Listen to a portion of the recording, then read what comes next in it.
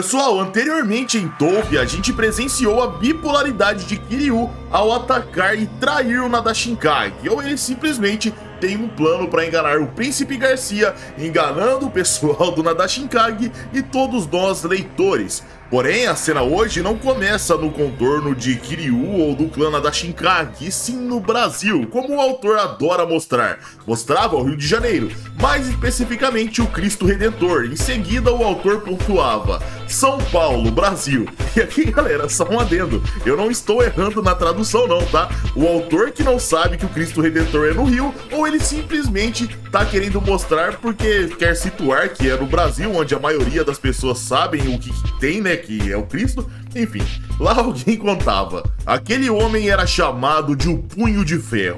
Podíamos ver dois homens no ringue. Um homem maior dizia: eu entendo que você tenha medo dos meus golpes, cara, mas se você ficar só fugindo, o público não vai gostar nada, sabe? Vamos lutar, você quer ser lutador, então qual é o sentido de não bater, velho? O rapaz cabeludo desviava de um jab, de um direto, ele recuava enquanto o inimigo batia e os torcedores diziam: ah não, velho, nós queremos ver um saco de pancadas ser esmagados pelo Punho de Ferro. Nós não viemos aqui pra ficar assistindo uma brincadeira de pega-pega, que coisa ridícula.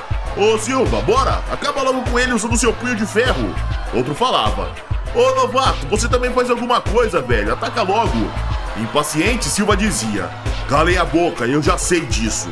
Silva golpeava, mas quando iria acertar, o cabeludo deixava uma imagem residual e ia para a lateral. Silva seguia com o direto, mas novamente era desviado. Ele acertava apenas alguns fios de cabelo, o cabeludo encarava bem friamente até que ficava contra o corner, ou seja, era uma oportunidade para ele ser acertado. Silva atacava gritando irritado, mas ainda assim, mesmo no corner, o cabeludo não era acertado. Insatisfeitos, os torcedores comentavam: ah não, velho, que luta sem graça. Eu gastei meu dinheiro à toa. Se o Punho de Ferro nem acerta o alvo, não serve nem como apelido essa merda. De repente, o gongo soava e o apresentador dizia: fim da luta, agora passaremos para a decisão dos juízes. O árbitro A pontuou 50-40, o árbitro B 50-39, o árbitro C 48-37. O vencedor por decisão unânime por 3-0 na decisão dos juízes é o lutador Silva. Aplausos para o lutador. Poucos aplausos eram escutados, mas as vaias ecoavam a rodo. Em seguida, a cena cortava para os bastidores, onde o treinador do cabeludo dizia: aí cara, por que você só fica fugindo? Ataca mais, pô. É por isso que você perde suas lutas. Você não ataca, só fica defendendo, fugindo. Qual é, pô? O cabeludo respondia: o intocável. Ele é impossível de acertar. Apesar de ser uma técnica extremamente avançada, você não está valorizando. O treinador retrucava: cara, do que você tá falando? Por mais que seja uma luta de fundo de quintal, quando vira uma competição, quem está atacando leva vantagem, pô. Passa uma impressão melhor pra você, assim a gente consegue casar lutas melhores, ganhar mais bufanfa, pô. Qual foi? Mostra o espírito de luta, mano. O cabeludo questionava: é estranho, não é? O adversário estava exausto de tanto atacar e estava respirando ofegante. Enquanto isso, eu nem sequer suei uma única gota. O treinador questionava: cara, presta atenção, você não quer ser um profissional não, mano? Um profissional vale pelo quanto consegue derrotar seus adversários, o quanto quer interter. E você não interte, você não ganha, não tô entendendo. O cabeludo respondia: ah não, eu não posso me tornar um profissional, porque sou um artista marcial. Se eu liberar todo o meu poder, meu oponente acabará sofrendo ferimentos graves. Esse é meu dilema, ter cuidado com as pessoas mais fracas. O treinador dizia frustrado: ah cara, que ridículo esse papo, faz o que você quiser então. Ele batia a porta ao partir e a cena cortava para o cabeludo, indo embora pelas ruas da cidade. Ele atendia uma ligação na qual uma mulher questionava: Ricardo, como foi a luta? Ricardo respondia: eu perdi, mas me diverti. Era dito na ligação: bom, tem um trabalho que pode permitir que você libere sua habilidade. Ricardo dizia: ah, sim, espere um momento, por favor. Nessa hora, um trio liderado pelo lutador Silva se aproximava de Ricardo e Silva dizia: opa, e aí, novato? Olha, aquela luta de agora há pouco me deixou bem insatisfeito, velho. Foi como o sexo em que quando você tá prestes a gozar, você por algum motivo não goza. Não dá aquela sensação de insatisfação, pô? Enfim, por sua causa, maluco, minha reputação despencou. Pelo menos me deixe me divertir um pouco agora. Ricardo respondia: desculpe, mas eu não posso fazer isso. mas eu tenho confiança de que consigo me divertir. O apelido do Sr. Silva é Punho de Ferro, correto? Mas existem pessoas neste mundo que possuem um punho capaz de destruir até ferro. Não é apenas um apelido ridículo igual ao seu. Eu nasci com uma estrutura óssea naturalmente flexível e resistente. Além disso, por meio de técnicas respiratórias das artes marciais orientais, consigo endurecer a minha pele num instante. Com um único golpe posso pulverizar ossos, esmagar a carne até deixá-la completamente desfeita e mole. Silva avançava questionando. Que merda você tá falando, seu desgraçado? Com meu punho de ferro, eu vou destruir seu rostinho de um jeito que não terá conserto. De repente, um forte impacto ecoava pelos prédios à volta. Era um soco de encontro de Ricardo, bem no punho de Silva, e ele dizia sorrindo. Com o tempo, passei a ser chamado de Punho de Fera. Esse sou eu. Podíamos ver a mão de Silva destroçada. Entrávamos no flashback na sequência, momentos antes da colisão, onde o narrador assumia. Da fusão entre as artes marciais orientais e a tecnologia científica de ponta, um homem que já nasceu forte se tornou algo além de um super-humano. Seu nome é Ricardo Punho de Fera. Enquanto Silva gritava de dor, Ricardo questionava se virando para os outros dois. Vocês dois também querem lutar? Um deles respondia.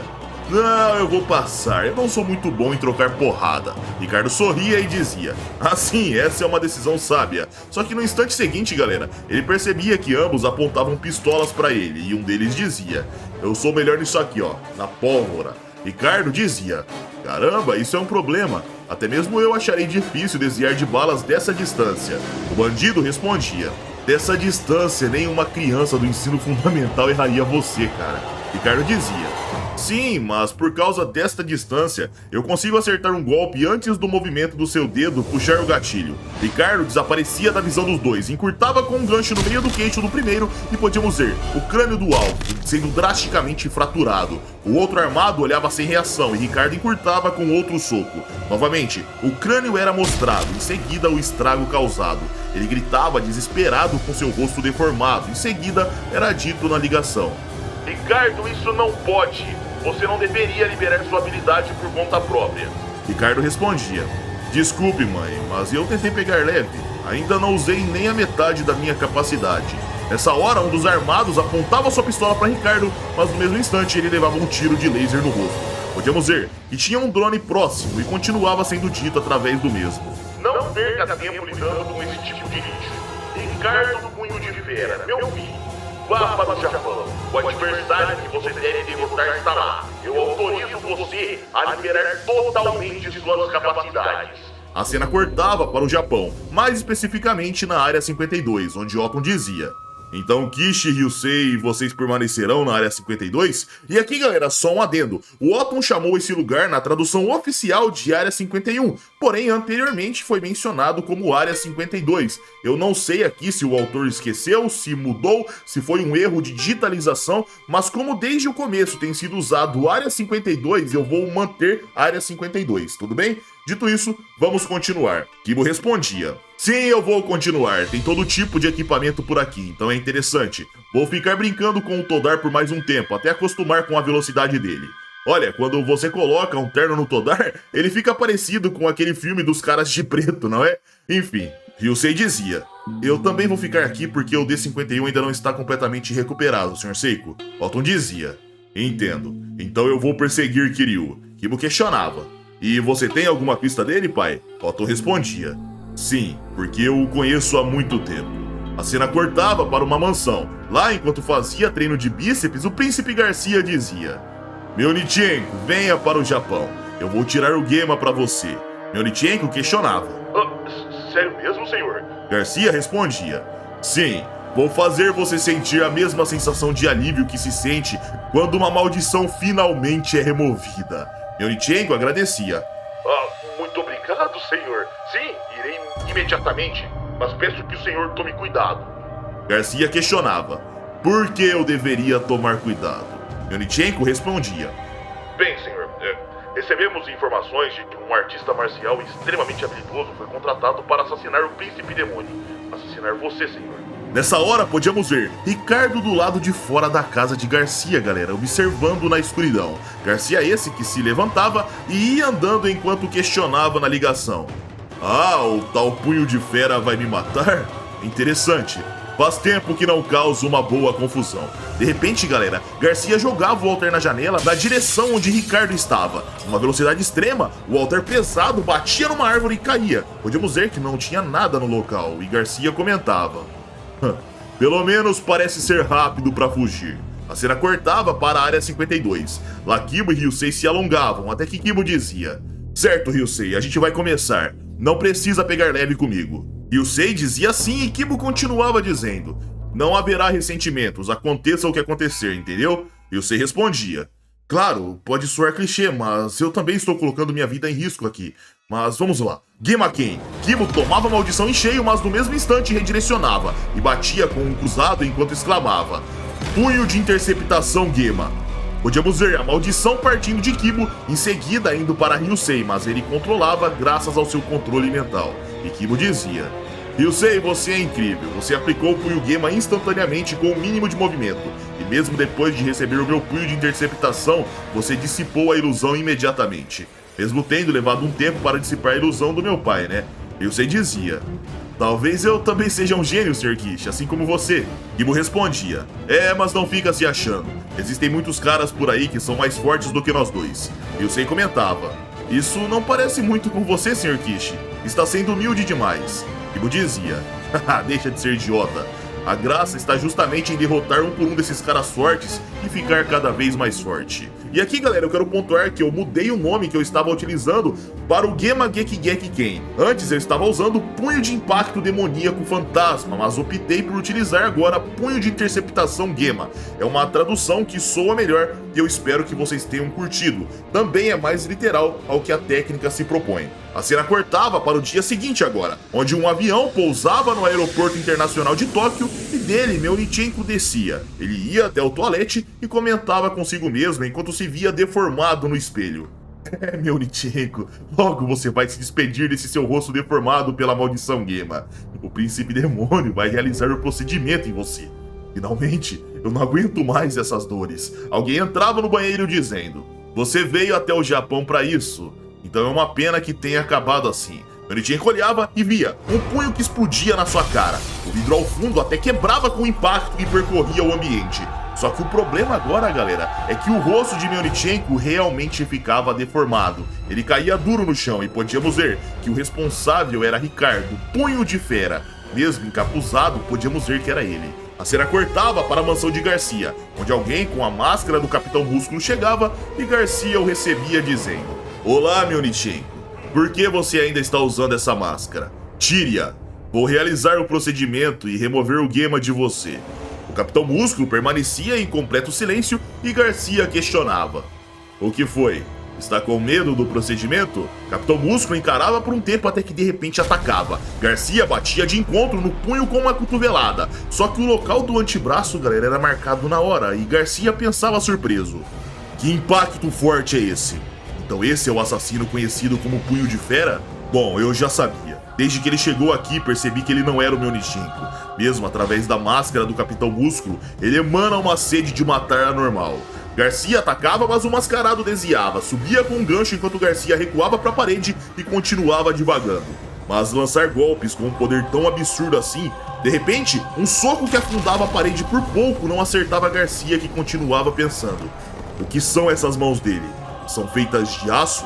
Ou será que ele está usando alguma droga para aprimorar essa sua força? Seria ele um mutante modificado geneticamente? Punhos capazes de despedaçar concreto são literalmente feitos para matar pessoas.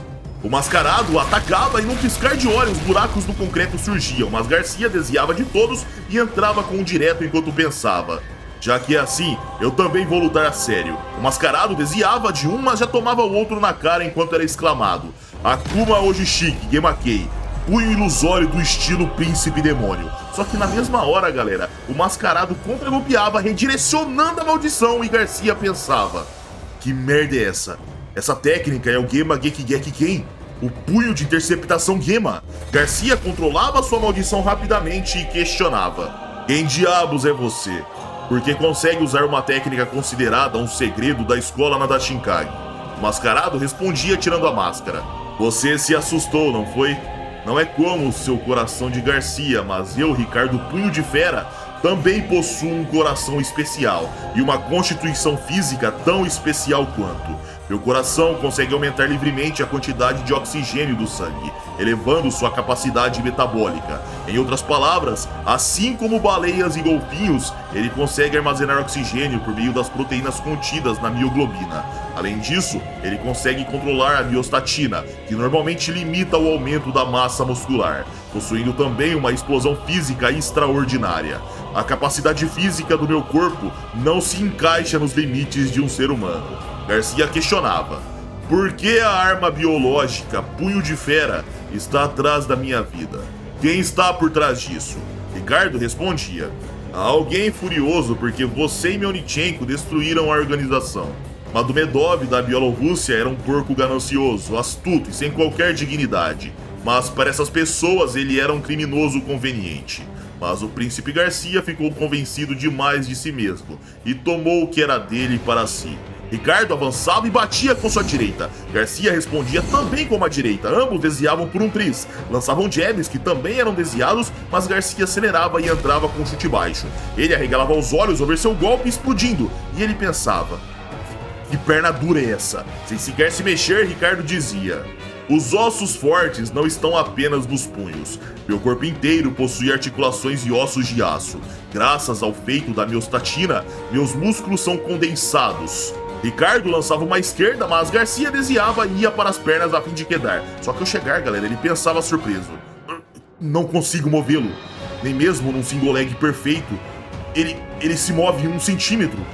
Não é só a força dele, o peso. Ricardo alertava: é impossível. Eu pareço magro, mas peso 150 quilos graças aos músculos condensados. Com uma estrutura muscular única, eu consigo extrapolar todo o meu potencial graças ao estilo Nadashinkage. Ricardo acertava um chute no corpo que lançava Garcia para fora da mansão. Calmamente, Ricardo vinha dizendo: ser forte demais é entediante. Por isso eu me diverti um pouco até com os membros da Dragon Mesh. A essa altura, Melnichenko também deve estar dormindo tranquilamente numa cama de hospital. No melhor dos casos, né? Garcia questionava com dor no corpo: quem foi que te ensinou as técnicas do estilo Nadashinkage? Ricardo respondia se aproximando: você quer mesmo saber, não é? Bom, afinal, o Genma-Ken é um segredo entre os segredos, e você finalmente conseguiu dominá-lo, não foi? Além disso, eu dominei até mesmo o Genma-Gekigeki-Ken, uma técnica que nem você consegue usar. Em outras palavras, dentro do Nadashinkage eu estou acima de você. Parece que você não tem escolha a não ser parar de ficar usando técnicas que você não domina e lutar a sério usando todo o seu poder. Garcia questionava: o que foi que você disse? Ricardo respondia: use todo o seu poder. Desperte usando o coração de Garcia. Numa velocidade assustadora, ambos encurtavam batendo e desviando, porém Ricardo era mais rápido, batia com um jab que acertava o peito. O coração de Garcia era impactado na hora e o narrador pontuava: um golpe no coração para ativação. Garcia começava a cair vagarosamente até que batia contra o solo e Ricardo comentava: agora desperte o coração de Garcia. Garcia acordava de repente, seu coração começava a bater bem forte e a cena cortava para uma mulher que dizia: antes de mais nada, vou dizer uma coisa. Por mais que o Ricardo tenha chegado agora, ele não é um cara fraco. Ele é um super gênio das artes marciais. Talvez seja um pouco exagerado, mas eu o considero o mais forte da humanidade. Mesmo você não conseguiria derrotar o Ricardo, Kiryu. Podíamos ver Kiryu numa chamada de vídeo e ele questionava: Mariana, seu coração não dói nem um pouco por topar o próprio filho? Mariana respondia: uma coisinha como doping não deveria ser problema nenhum para alguém que nasceu especial. Se um homem quer se tornar forte, dinheiro e mulheres irão atrás dele. Mesmo alguém com posição e prestígio ou um acadêmico genial fica quietinho com um único golpe no meio da cara. Foi você que me ensinou isso, Kiryu. Além disso, você sabe muito bem que as favelas no Brasil não é um lugar para fracos, mulheres e crianças. Esses são os primeiros a morrer aqui. Ninguém conhece palavras como consciência ou compaixão.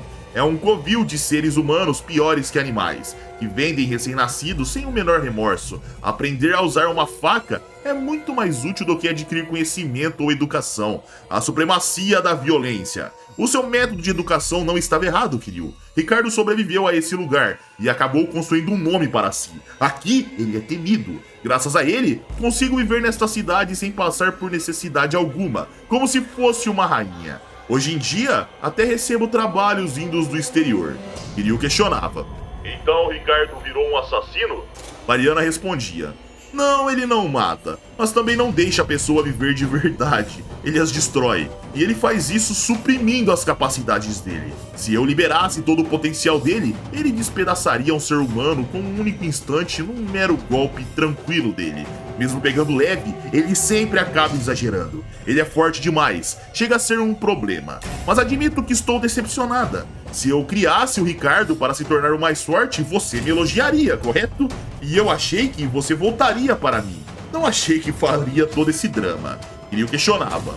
Vou perguntar mais uma vez, Mariana. Ricardo é o meu filho? Mariana respondia. O que você acha? Eu era uma prostituta, meu trabalho era dormir com inúmeros homens diferentes. Então eu entendo que você não queira aceitar isso, não queira me assumir. Mas você sabia no fundo que eu dizia a verdade. Você se preocupou com ele porque acreditava que ele era o seu filho, não é? Você até ensinou as técnicas do Nada Shinkage à distância, ou eu estou louca? Kiryu respondia. Isso não tem nada a ver com a questão. Eu queria desenvolver o talento do Ricardo para as artes marciais. Ele de fato possui muito talento e aptidão suficientes para fazer qualquer um pensar assim. Mariana dizia. Ah, é mesmo. Mas o Ricardo acredita que você é pai dele de verdade. Você e o Ricardo são parecidos. Ele não é tão arrogante nem tão narcisista quanto você. Mas a aparência é praticamente idêntica. Desde que nasceu, ele só era obediente a você, Kiryu. Ele ama você mais do que a mim. Se você dissesse mate, o Ricardo mataria até mesmo eu, a própria mãe, sem hesitar. Ricardo é esse tipo de homem. Retornávamos para o local de combate e enquanto o Ricardo aguardava, o coração de Garcia, que até então estava em parada cardíaca, acelerava massivamente. O corpo do G11 se erguia automaticamente como se fosse impulsionado para cima e Ricardo comentava.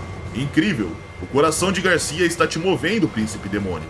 E agora você vai nos mostrar a famosa força sobre-humana? É isso? Garcia pensava. O que diabos esse idiota está dizendo? Quando você ver essa força sobre-humana, você já estará morto. Um assassino vulgar de 5ª categoria não é páreo para o príncipe demônio. Ambos avançavam. Um vento forte começava a soprar pelo ambiente graças às forças herculanas em combate. E Garcia continuava divagando. Não preciso de técnicas, truques baratos ou joguinhos de estratégia. Também não preciso me defender. Faço isso porque gosto. Se eu acerto um único golpe a sério, até mesmo um mero arranhão é fatal. Podíamos ver um soco pegando de raspão em Ricardo, mas não era fatal. Garcia acelerava e acertava um gancho em cheio no corpo enquanto pensava. O problema é que quando acerto em cheio, até mesmo um super-humano como você será pulverizado. A pele, a carne, os ossos, romperei os órgãos internos e levarei você à morte. Só que ao bater com toda a sua força nas costelas do oponente, galera, Garcia se chocava, pois Ricardo mal se movia. Pelo contrário, ele sorria e dizia: Ah, então mesmo despertando o coração de Garcia, esse é o máximo de poder que consegue produzir?